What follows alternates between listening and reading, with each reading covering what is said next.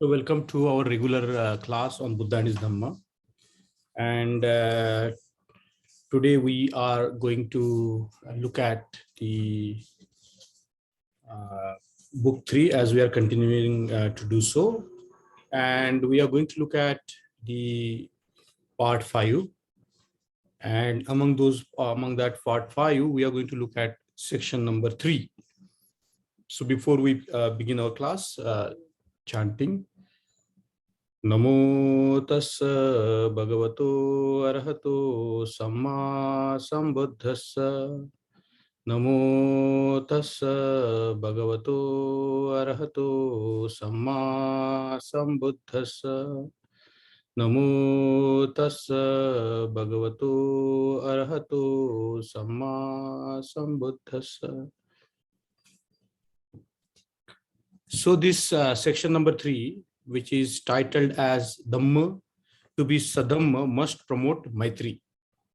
And there are 3 subsections in the section number 3. And the title of these 3 subsections are, number 1, Dhamma is Saddhamma only when it teaches that mere pradnya is not enough. It must be accompanied by sila. Then the subsection 2, Dhamma is Saddhamma only when it teaches that besides pradnya and shila, what is necessary is karuna. And the subsection number 3, Dhamma is Saddhamma only when it teaches that more than karuna, what is necessary is maitri. So this is following up on the last section 2, on how the promotion of pradnya is important for Dhamma to be Saddhamma. And this chapter is, this section is a continuation of that discussion that we have had last time in our class.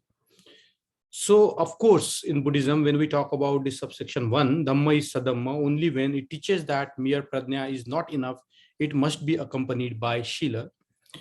So of course, Baba Ambedkar begins with saying that pradnya is necessary, because Buddhism without pradnya, we cannot imagine. So pradnya is necessary, but Baba Ambedkar goes on saying that shila or sila is more necessary. Pradnya without sila is dangerous. That has been a stand of Baba Ambedkar all the time in his life, that the sila or vinaya took precedence over all the things. And in fact, he has said that one of his great qualities is to practice what is called vinaya or sila. So mere pradnya is dangerous, and we have seen the evidences of that in the world, that there are a lot of people who know so much about so many things, but because they do not have sila, they do a lot of harm to the world. There are a lot of intelligent people who knows a lot of things, they have studied a lot of books and everything, but despite of that, when it comes to acting in the world, they are a failure and they don't do much to the world. Rather, they harm the world. So the verse number 3, as Baba Ambedkar says, pradnya is like a sword in the hand of a man. In the hand of a man with sila, it may be used for saving a man with danger. Of course, these are metaphors, but we can understand that there is a pradnya without sila, it is going to do more harm to the world than merely the presence of intelligence or pradnya or knowledge. And the verse number 7 is the very succinct definition of what Baba Ambedkar means by pradnya and sila. So by pradnya, he means pradnya is vichar dhamma or thinking aright. Sila is achar dhamma, acting aright. So thinking and acting, and we are going to look at this in the progressive discussion, that how Baba Ambedkar gradually explains us that mere thinking is not enough. It has to be brought into action. And then we know that there are foundational principles of Buddhism, which are called the 5 precepts, and they are basically the core of the sila. And then the rest of the developments of the sila in several numbers are just addition to or just expansion of these 5 basic sila. So we all know 5 basic sila, but Baba Ambedkar has given the list of 5 basic sila here once again, and start with verse number 9, one relating to taking life. So one precept is related to taking life. Second, relating to stealing, not taking what is not given to us. Third, relating to sexual immorality, conducting sexual misconduct. Fourth, relating to telling a lie. And fifth, relating to drink. So in a very short form, Baba Ambedkar has given the 5 silas here. and on each of this, the Buddha directed the people not to kill, not to steal, not to tell a lie, not to indulge in sexual immorality, and not to indulge in drinking. The reason why Buddha gave greater importance to sila than knowledge is obvious, because the use of knowledge depends upon a man's sila. It's a very, very profound sentence, or very, very profound statement. Because if we do not have the framework of sila, as we have seen in the previous discussions in the classes, that when Baba Ambedkar talked about the precepts, the path of righteousness, he categorically said that, Panchashila are the standards of life. The sila is a standard of life by which we judge how we are acting in the world. So if you take that definition and think in terms of what Baba Ambedkar taught here, it becomes very clear here that, if we have a knowledge, but if we do not have the value system, if we do not have the ethical system, if we do not have the ethical standard, then that knowledge can be misused. Then that knowledge can go wrong. And we have seen the examples of that in the world, that if people do not have the ethical standards, then it gives rise to a lot of problems in the world, though however knowledgeable they are. And that is what is a very important point that Baba Ambedkar made here in the verse number 16. The use of knowledge depends upon a man's sila. Apart from sila, knowledge has no value. This is what he said. And verse number 17 and 18 of this subsection is a gatha. And that gatha goes like that. At another place, the Buddha said, sila is incomparable in this world. Sila is the beginning and the refuge. Sila is the mother of all good. It is the foremost of all good conditions. Therefore, purify your sila. So you see, this verse numbers, this particular subsection of the section number 3, what is Saddhamma, which is titled as Dhamma to be Saddhamma, must promote Maitri, and it begins with a discussion on sila. So we can understand that there is a direct correlation of Maitri and Sila. And in the Buddhist Dhamma, Baba Ambedkar compares Sila with Maitri. And elsewhere, Baba Ambedkar compares Metta with the foundation of the social democracy. So you see, it's a very profound sort of an idea that Baba Ambedkar proposes here in terms of linking Sila with Maitri. Now we are going to look at the subsection 2, which will make a lot of things clear. So you see, Dhamma is Saddhamma only when it teaches that besides Prajna and Sila, what is necessary is Karuna. So the Karuna is also necessary. So what is, there is, Baba Ambedkar says that there is a difference of opinion on the foundation of Buddha's Dhamma, and it's true. Historically, people thought that only Prajna is the foundation of the Dhamma. Some people claim that only Karuna is the foundation of the Dhamma. And then the controversial emerged, and there were 2 schools of thought, where one school of thought that only Prajna is enough, another school of thought that only the Karuna is enough, and those 2 remain divided. But if we know, if we study the Buddha's Dhamma, we know that there is no difference of opinion that Prajna is one of the 2 pillars of the Buddha's religion. The dispute is whether the Karuna is also a pillar of his religion, and that Karuna is pillar of his religion is beyond dispute. So, this is what is very significant of Baba Ambedkar, that he gives a very categorical, classic, explanation of what was the case. And here, the Gatha which Baba Ambedkar cited is from, in the days gone by, there was a country called Gandhara. So it took place in the present day Pakistan, the place from where a lot of Buddhist findings are emerging, and it was a place from where Buddhism went across all over the Eastern and Western world, and there this incident took place. So there was a country called Gandhara, and in which was a very old mendicant afflicted with a very loathsome disease, which caused him to pollute every place he occupied. So that was a disease that the the bhikshu was suffering from, and everything he touched, he polluted. Being in a certain vihar belonging to the place, no one would come near him or help him in his distress. So even the Buddha taught compassion. Nobody was going to him and tending him, looking after him. On this, Buddha came with his 500 followers, and obtaining all sort of necessary utensils and warm water, they together visited the place where the old mendicant lay.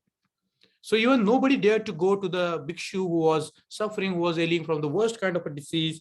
The Buddha went there with 500 of his followers, taking all the utensils and warm water. The smell in the place was so offensive that all the bhikshus were filled with contempt for the man. The horrible smell, and people didn't want to stay there. Even the bhikshus didn't want to stay there. But the world honored one, causing Sakradeva to bring the warm water, then with his own hand began to wash the body of the mendicant and attend to his maladies. You see how profound is the compassion of the Buddha.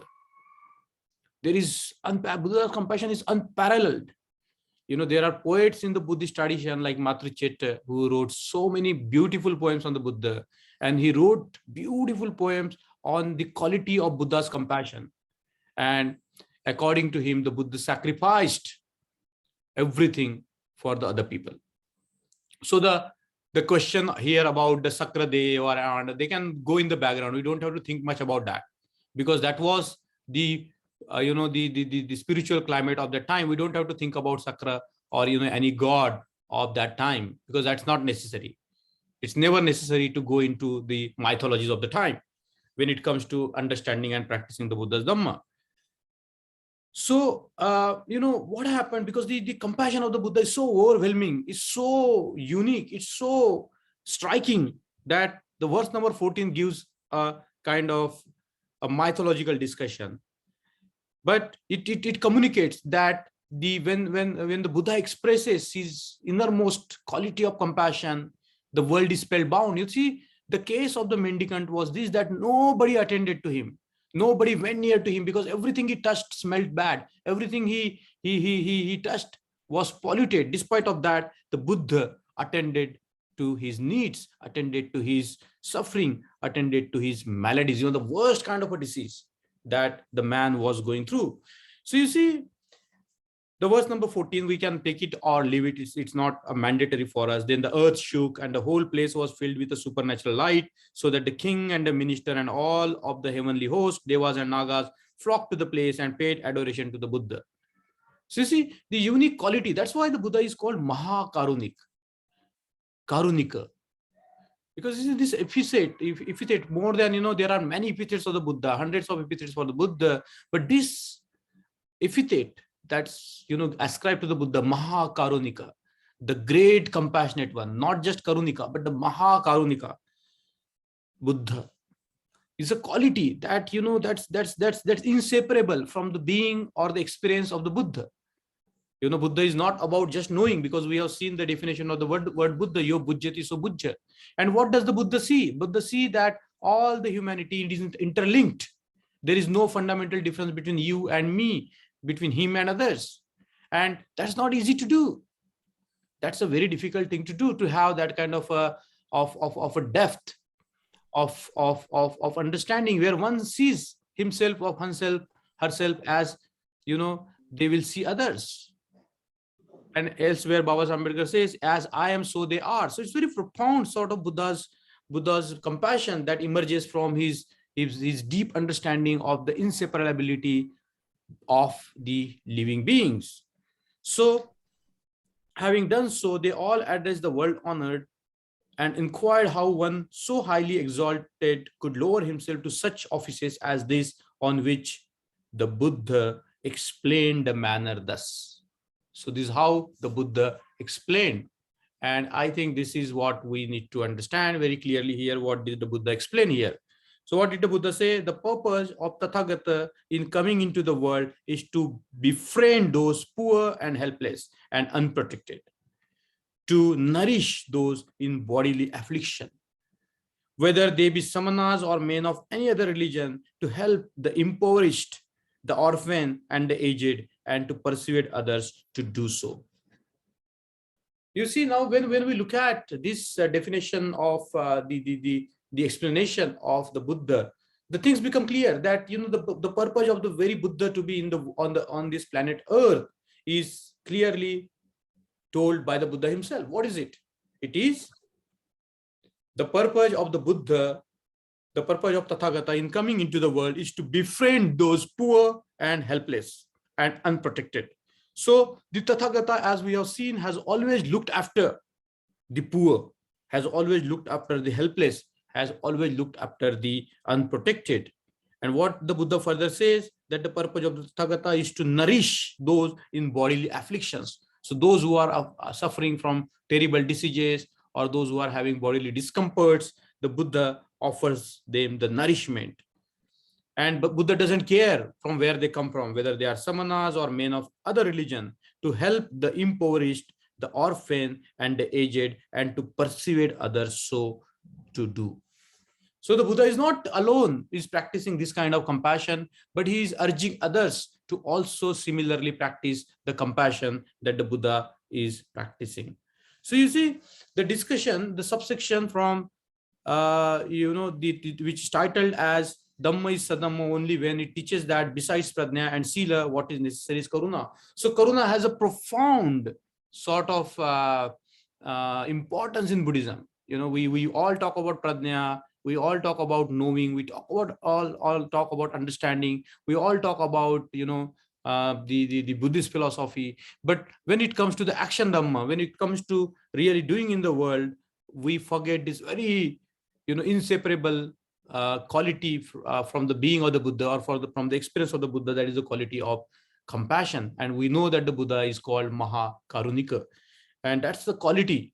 It is said that even Ashoka, even Ananda, at the end of his life, the only quality that he highlighted of the Buddha, he has seen the Buddha so close that he could highlight any of the qualities of the Buddha, but he said that the Buddha was so compassionate. A man who stayed with Buddha for the longest period of time, attending to his need, finally said that the Buddha was very compassionate. Buddha was very compassionate. So you see, the compassion, as a Buddhist, we need to cherish, like this. And the examples of how Babasaheb Ambedkar himself practiced compassion are so many in number in his biography. You see the way he was moved by seeing the suffering of the people. He was moved by people he found on the streets, and he helped people. He helped his people whenever they had any bodily afflictions, and so on and so forth. There are a number of examples that we can count from the life of Babasaheb himself. So Karunika or Mahakarunika is a very proper epithet of the Buddha, and I wonder that we are not using that epithet often, and forget using that epithet often. We are not enough Buddhists to practice compassion, because I think that is the core of the Buddha's teaching. But now the subsection goes into very deeper meaning of Maitri, because people think that Karuna and Maitri, Karuna is bigger or Maitri is bigger, and there are discussions. But in Buddhism, no terms is like superlative than other terms. We have to understand every term in relation to other terms. That's the beauty of the Buddha. We cannot understand Prajna without understanding Karuna. We cannot understand Karuna without understanding Prajna. And likewise, we cannot understand Karuna without understanding Maitri. So Babasaheb Ambedkar goes into the subsection 3 on discussing what is the Saddhamma. Dhamma is Saddhamma only when it teaches that more than Karuna, what is necessary is Maitri. The Buddha did not stop with teaching Karuna. Karuna is only love for human beings. Buddha went beyond and taught Maitri. Maitri is love for living beings. Because you see, if you look at the traditional definition of Maitri or Metta in the 4 Brahma Vihar, Metta, Karuna, Mudita, Upekha. So the 4, the divine or limitless or aparinam mental state, these mental states have no limits. There is no limit to cultivating Metta. There is no limit to cultivating Karuna. There is no limit to cultivating Mudita. There is no limit to cultivating the Upekha. And we can look at this 4 so-called, it's called Brahma Vihar in terms of many dimensions. So when people talk about metta, they say metta means treating other people like the way we will treat ourselves. And metta is the foundation of karuna, because without that fundamental identity with others, we cannot have karuna, because we cannot have compassion without identifying with that person as ourselves, isn't it? And mudita is a joy that emerges when we see some people are attaining to something great. It applies to the mundane world as well as the spiritual world, that when we see people progressing, naturally we feel a tremendous amount of joy. And when we feel the tremendous amount of joy, when we see that the other people are related to us. So for the so-called enemies that we keep in our mind, if they succeed, we don't feel joy for their success. But if they are our relatives, if they are our close, near and dear ones, we feel a certain kind of a joy when they succeed in their endeavors. And upekha means limitlessness of all these qualities. These three foundational qualities, or metta, is available all the time, unhindered. Upekha means unhindered, it's there all the time. It's 24/7. And in the other way, upekha is defined as the complete detachment to the self. The anatta is realized. That's why there is a complete detachment to the self, upekha. And once there is a complete detachment to the self, we see that the others start becoming important to us. And this framework of metta, karuna, mudita, upekha is very important for us to understand. And here the base is metta, and without Maitri, nothing is possible. Now, even Baba Ambedkar goes on saying that even the democracy is not possible. And metta is also another name of sila. If we start identifying ourselves with others, we will not exploit them, we will not kill them, we will not take what is not belong to us, we will not sexually harm them, we will not we will not slander about them, because we have identified that they are just like us. So you see, this is very profound. The discussion on the metta is so important and so profound that we need to discuss about metta. We have to cultivate, because metta is also not the topic of discussion. It's not the topic of mental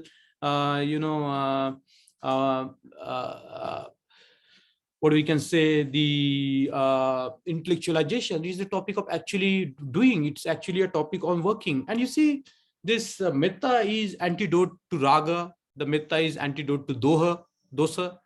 So these two poisons of raga and dosa can be done away with if one practices metta at a very profound level. So let's look at what the Buddha talks about the metta. The Buddha did not stop with teaching karuna. Karuna is only love for human beings. Buddha went beyond and taught Maitri. Maitri is love for living beings. So all that lives, anything that lives in the world, we should cultivate metta. That's what Baba Ambedkar is suggesting here. And this is well explained here by the Buddha to a man in one of his teachings that took place in Shravasti. So in Shravasti, there was a man, and to him the Buddha taught like this.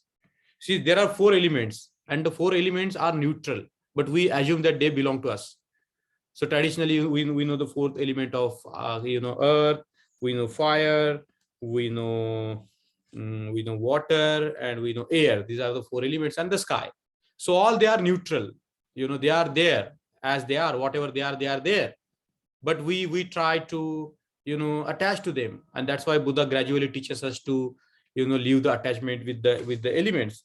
But here the Buddha has used the elements to teach something very profound for his teaching on metta. So he says, suppose a man comes to dig the earth, does the earth resent? So anyone goes and digs the earth, what happens to the earth? The earth resents? No, it never resents. Why? No, Lord, the Alsman replied. Suppose a man comes with a lac and colors to paint picture in the air. Do you think he could do it? No, Lord. So suppose if we try to paint paint a picture in the air, we cannot do it. Why? Because there are no dark patches in the air, said the bhikkhus. In the same way, you must not have any dark patches in your mind which are reflections of your evil passions. Suppose a man comes with a blazing wisp of bracken to set the river Ganges on fire. Could he do it? No, Lord. Why? because the Ganges has no combustibility in its water. We cannot burn the water of any river because there is no element of combustibility in its water. And therefore, concluding his address, the Blessed One said, just as the earth does not feel hurt and does not resent, just as the air does not lend to any action against it, just as the Ganges water goes on flowing without being disturbed by the fire, so also you bhikkhus must bear all insults and injustices inflicted on you and continue to bear Maitri towards your offenders. It's very profound. Because, most of the time we are affected by those whom we consider our enemies, and their words, their actions so much affect us that we get deeply affected and we react. So what Buddha is trying to say is that we should become as vast as the sky, as vast as the earth, as vast as water. And those elements are all there within us. But we assume, we think that they belong to us. And that's why there is a doctrine of the Buddha called anatta, because nothing belongs to us. So all men bhikshus, Maitri must flow and flow forever. You see, this use of word, even the tiny words are very important. Maitri must flow, and Baba Sahib Ambedkar would have stopped there, but no, Maitri must flow and flow forever. There is no end to Maitri. We have to cultivate Maitri forever. We cannot stop Maitri, cultivation of Maitri anytime. It has to be continued forever.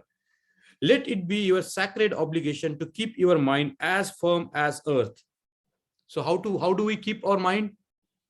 As firm as the earth, as clean as the air or sky, as deep as the Ganges. If you do so, your Maitri will not be easily disturbed by an act, however unpleasant, for all who do injury will soon be tired out. See, there is an example of a stone thrown in the water held in a glass, and a stone thrown in the ocean. If our mind is as vast as ocean, these small insult or small, slanders doesn't affect us. But if our mind is very narrow, and the narrow mind is a mind of a suffering, that is what the Buddha said. If our minds are narrow, then we are bound to suffer. But the more open our minds are, the less suffering we experience. And likewise, the more open our minds are, the more vast our minds are, the more deeper we cultivate, like the water of the Ganges, or purify our minds like the sky or air, or we have our minds completely controlled, firmly grasped, hold. Then what happens is, if you do so, your Maitri will not be easily disturbed by an act, however unpleasant, for all who do injury will soon be tired out. Let the ambit of your Maitri be as boundless as the world, and let your thought be vast and beyond measure, in which no hatred is thought of. Look at the verse number 30, this 17. How profound is the verse number 17? Let the ambit of your Maitri be as boundless as the world. So world has no limit. Nobody knows the limits of the world. And, the ambit of Maitri be as boundless as the world. So, there is no bound for your Maitri. The Maitri is limitless. Aparimana. There is a word in Pali called aparimana. Its boundaries cannot be found. If we cultivate the Maitri to that level, we cannot find its limits. It's limitless. Let your thought be vast and beyond measure, in which no hatred is thought of. So whenever our mind is thus cultivated, thus boundless, there will not be any scope for hatred. Just like in water, there will not be any material that will set the water on fire. Just like in our mind, there will not be any element that can arouse the condition of hatred in us. According to my Dhamma, it is not enough to practice Karuna, it is necessary to practice Maitri or Metta. So, just to have compassion is not enough. And, this next example that Baba Sahib Ambedkar has given, and it's applicable to all of us. It's a very beautiful story that has been included by Baba Sahib Ambedkar in the Buddha and his Dhamma. And I am going to read the story and going to gloss over some of the finer points of the story. So, this story explains not only about the persons in the story, but it is also a commentary on the way we live the lives. So you see, once upon a time, there lived in Shravasti a lady named Videshika. So in the town of Shravasti, where Buddha spent a lot of years, there lived a lady whose name was Videshika, who was reputed gentle and meek and mild. Now see, her reputation was like this. How was her reputation? Videshika was considered to be gentle, meek and mild. She had a maid servant named Dhaki or Kali, a bright girl, an early riser, and a good worker. So these were the qualities of the Dhaki or Kali: a bright girl, an early riser, and a good worker. I wonder, thought Dhaki. Now see, the Dhaki is very intelligent. The Dhaki once wondered, I wonder, thought Dhaki, whether my mistress, who is so well spoken of, has really got a temper of her own. Has really got a temper of her own.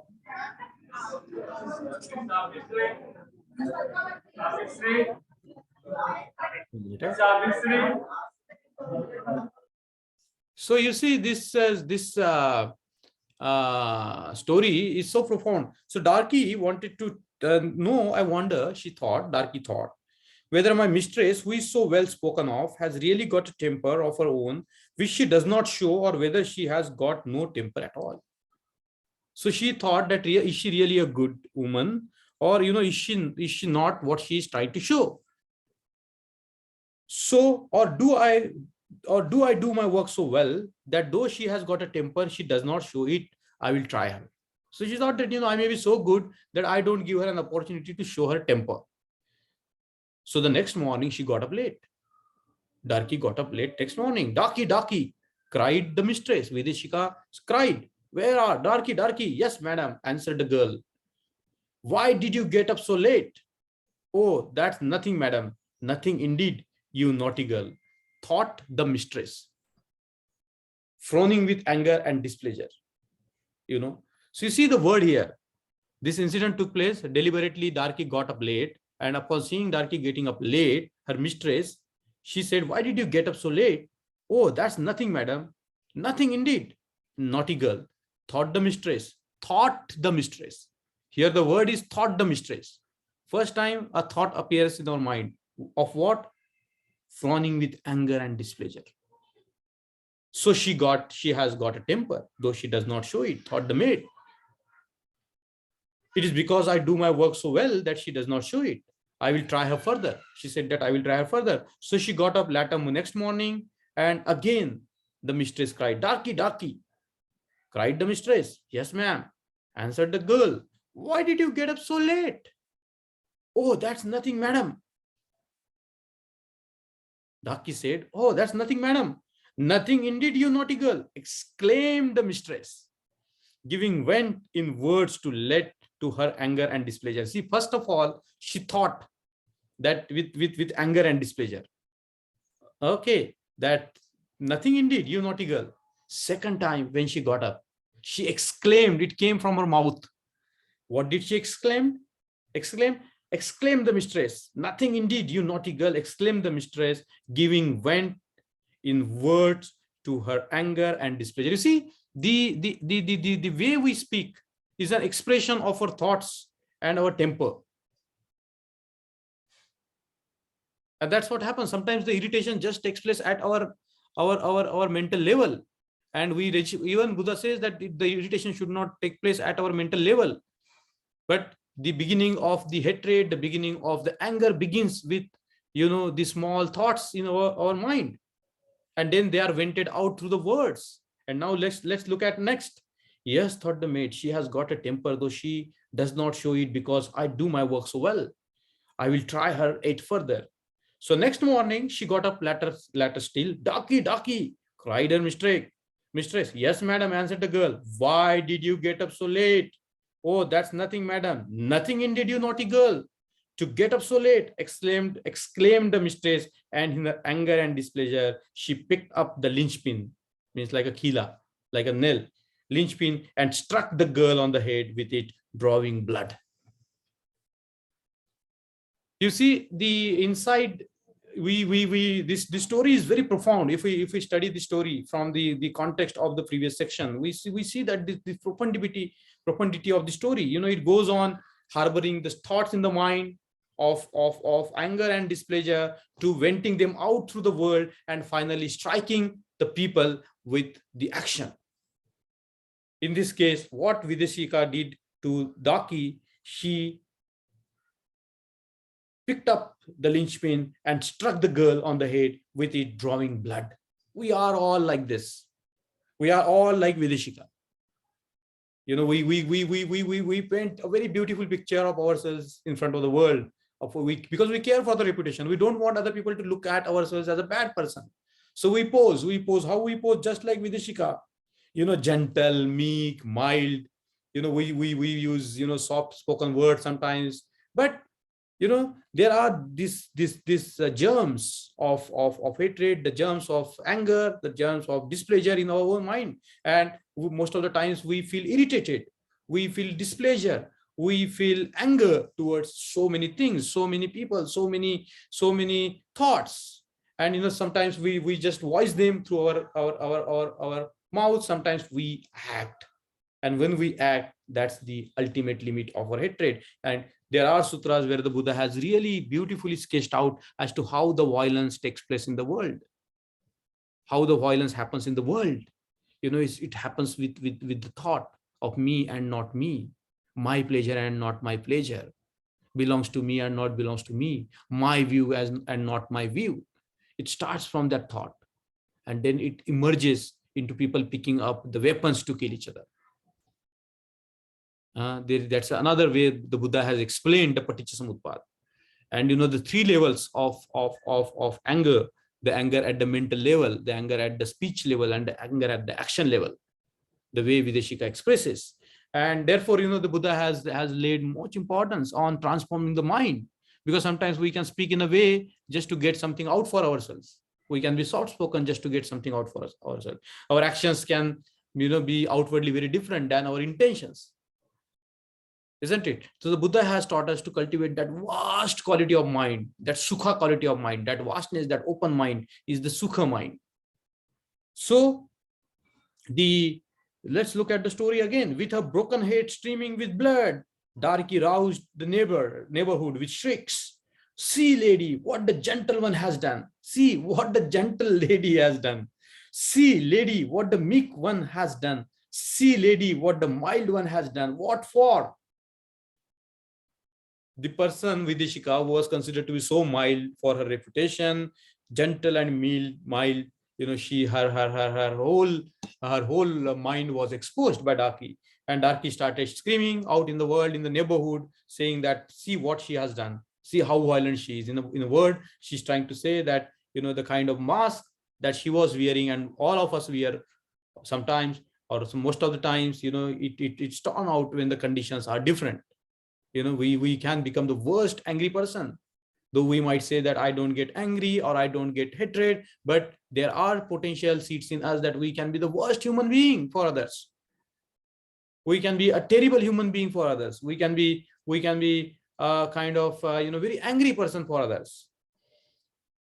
So just because her only maid got up late, she was so angry and displeased that she just jumped with the linchpin to strike her on the head and break it. In the result, the lady Vishaka got the reputation of being violent, anything but meek and mild.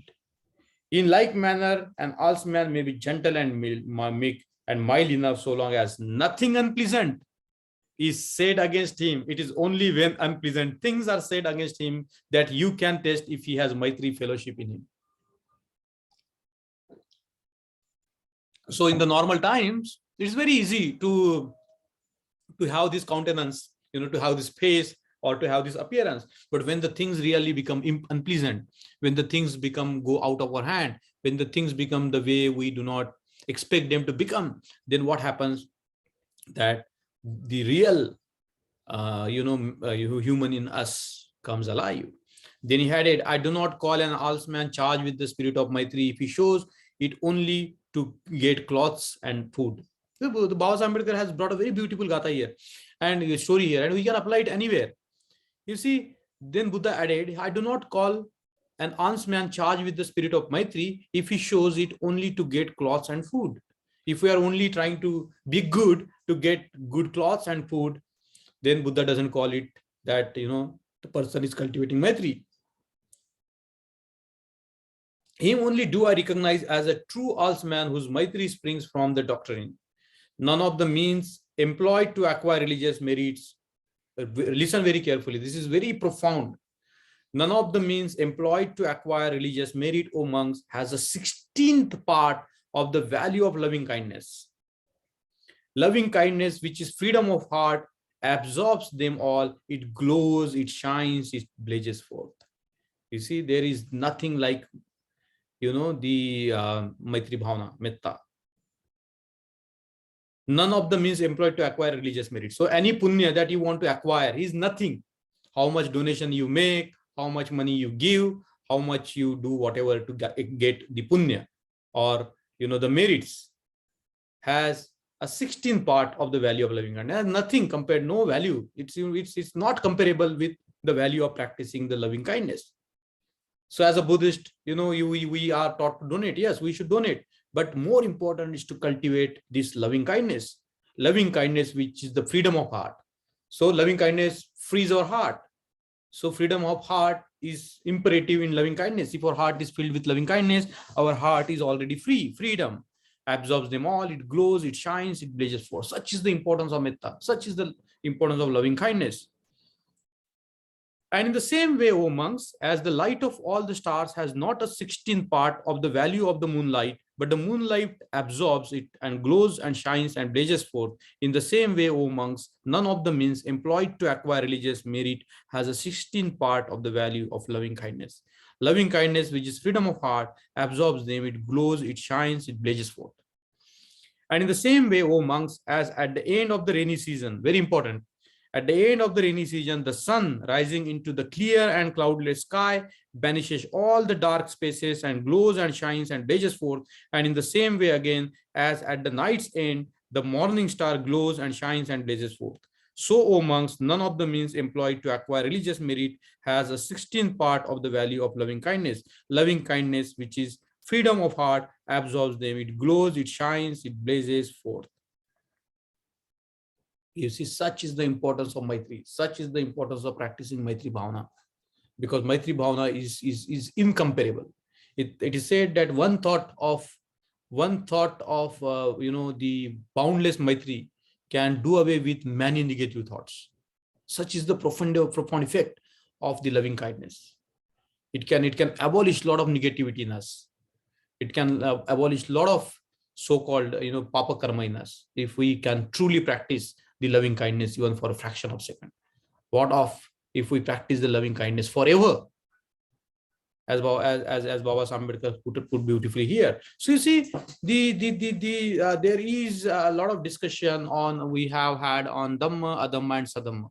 And in this section, we have seen that how Baba Ambedkar goes into a very deeper explanation, very deeper presentation of how the Dhamma can become Saddhamma. How can the Dhamma can become the good Dhamma.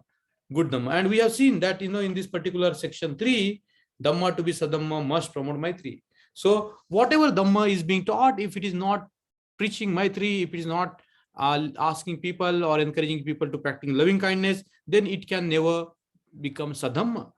So that's also the test of, what is the Saddhamma? It must promote Maitri. It must encourage people to practice loving kindness. And, the loving, when people practices loving kindness, the Sila is automatic. The Karuna is automatic. And that's why I think this section, subsection is of the tremendous importance. And I think I will take a pause here and open up the class for the further discussion. Very beautiful section. Yes. Good. These are the value Prajnashil, Maitri, Karuna. They are such important that Dr. Baba Sahib has stated in his 22 oaths also. Prajnashil, Maitri, Karuna at the time of Dhamma Diksha Vidhi. It is profound compassion of Buddha is equality for all and right conduct with the other person.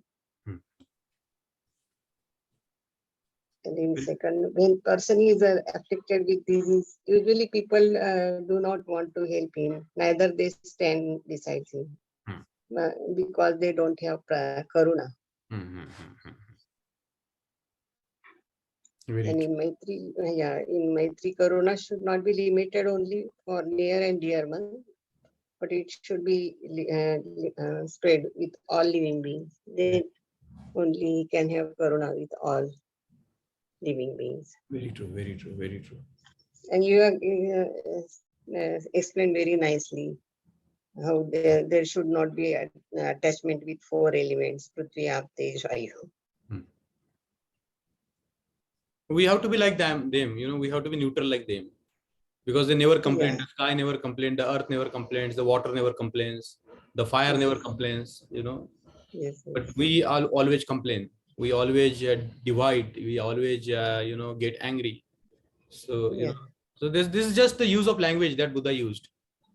And when there is when there is a deep-seated hatred in your mind, then it is reflected once in a while when the person is hurt, when his ego is hurt, or somebody has expressed views against his views, like that. Yes. Very true, Madam Alka, Madam. Very true. Very true. Can I say something? Please, Sunil, please. It was a nice lecture. In this, some people, they express more, they show their more love and affection towards four-legged animals, like dogs, cats. But at the same time, they show their hatred, anger regarding some lower category people, humans. Yes. So, what is your opinion about this? It's very clear. It's a wrong thing, no? It's a wrong thing. It's a hypocrisy, It's like it's like trying to look good, but inside you are very filthy. Yes. Yeah. This is openly seen in society. Yes. True. So whatever it has been written in Saddhamma is regarding Maitri. I think this is the only key for spreading the Buddhism around the globe. The Maitri part has propagated throughout the world. And due to that Maitri part only, that it has laid down the foundation for Sangha, I hope. You're right. Maitri is the foundation by which, Buddhism has gone everywhere. And, that's how it propagates. So kindly throw some light on that 16 value system. What was that I have not was able to understand? Where? No, 16 means this is just a metaphor, this like comparison, that however merit you do by donation or doing some religious duties, it's not comparable to practicing Metta Bhavana. Metta Bhavana is so lofty that it's not comparable to anything that you do. The kind of merit that you gained by practicing Metta Bhavana is beyond comparison with any merit you do. So you see, like if you apply it to the religions which talks about gaining merit by visiting a sacred places, the Buddha will think that it's foolish way to make merits. The only way by which you can make true merits is by practicing Metta Bhavana, is by cultivating Metta, is by practicing Karuna, is by practicing Sila. That is the real merit. That is the real protection that one can get. Yeah, perfect, sir. Thank you.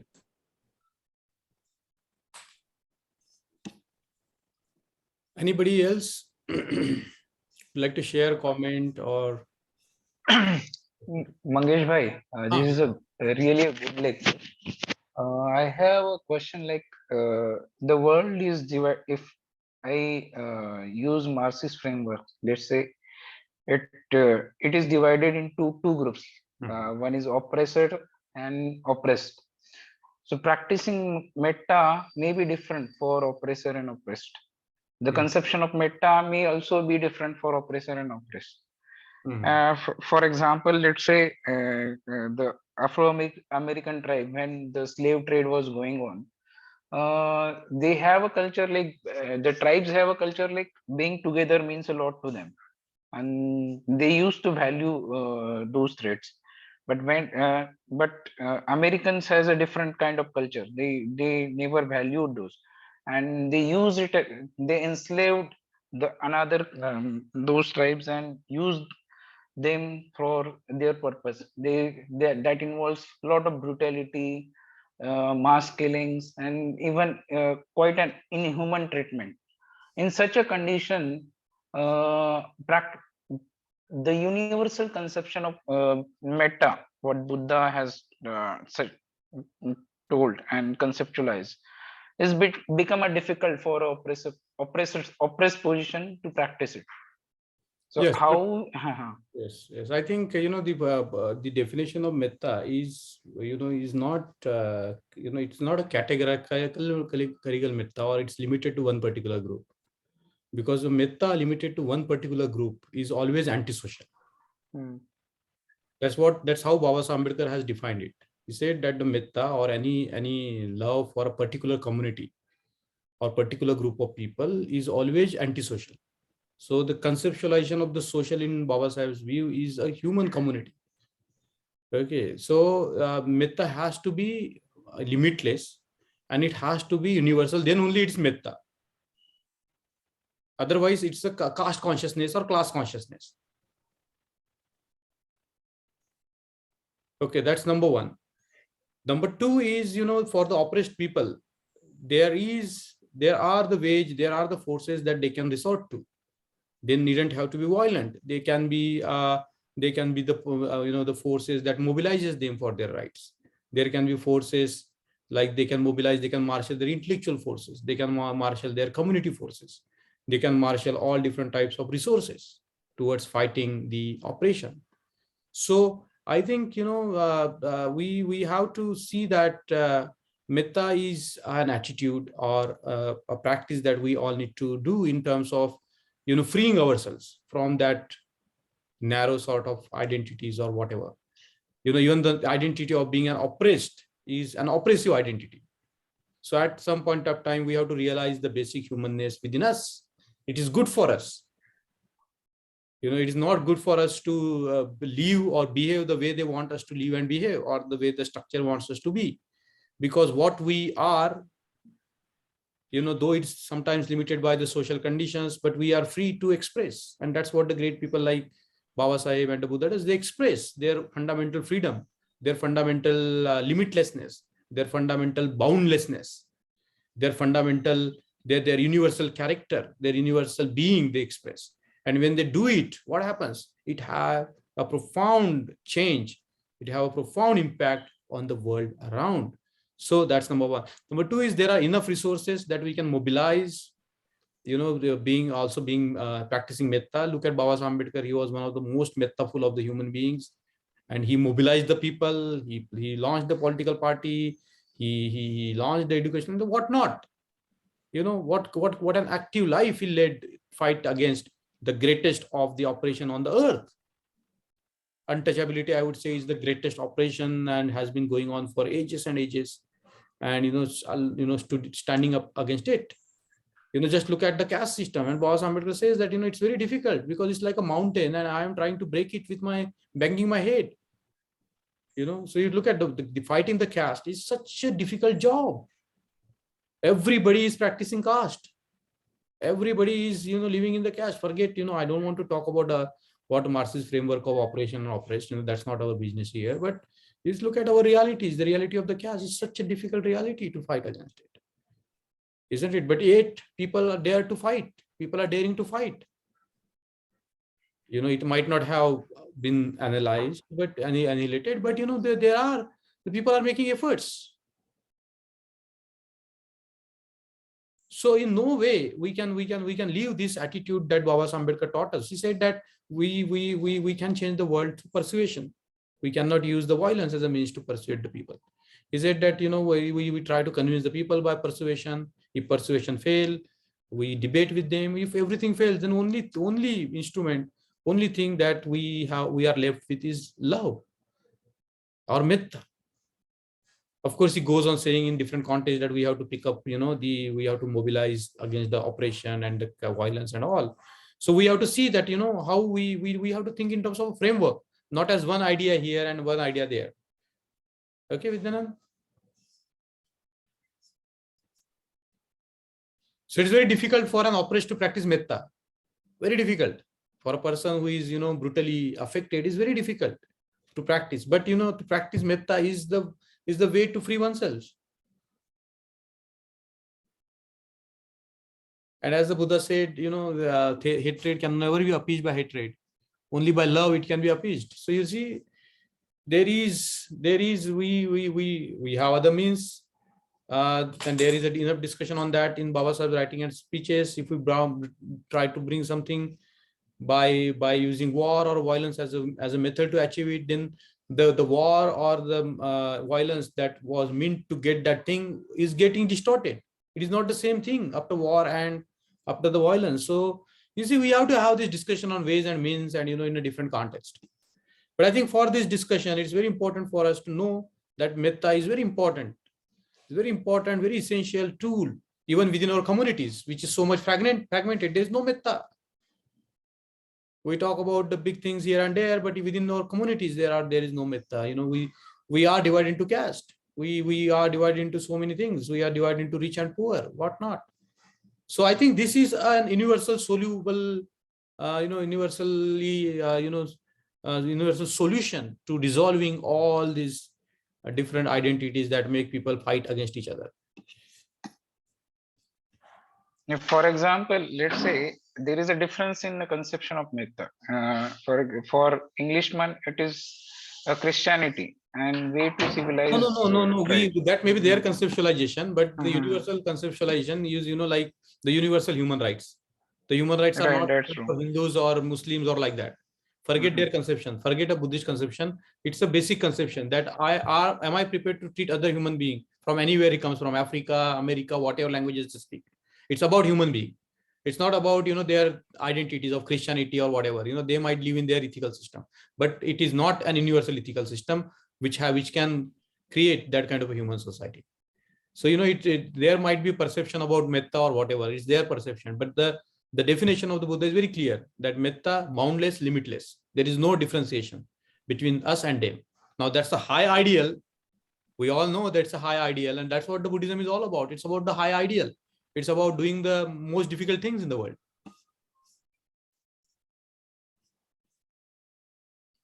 Sorry, Vidya, we can have this discussion fine. in this thing, because we are now reaching on to the end of it and we have 2 minutes left. So if there is any comment, anything that on your mind, please do it.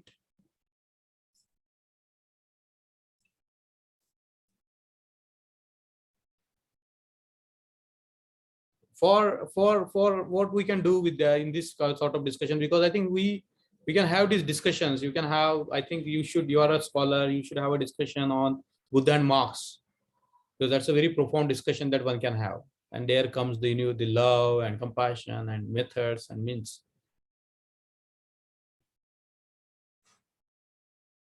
And I think finally, for cultivation of mind, training is required constantly. Yes.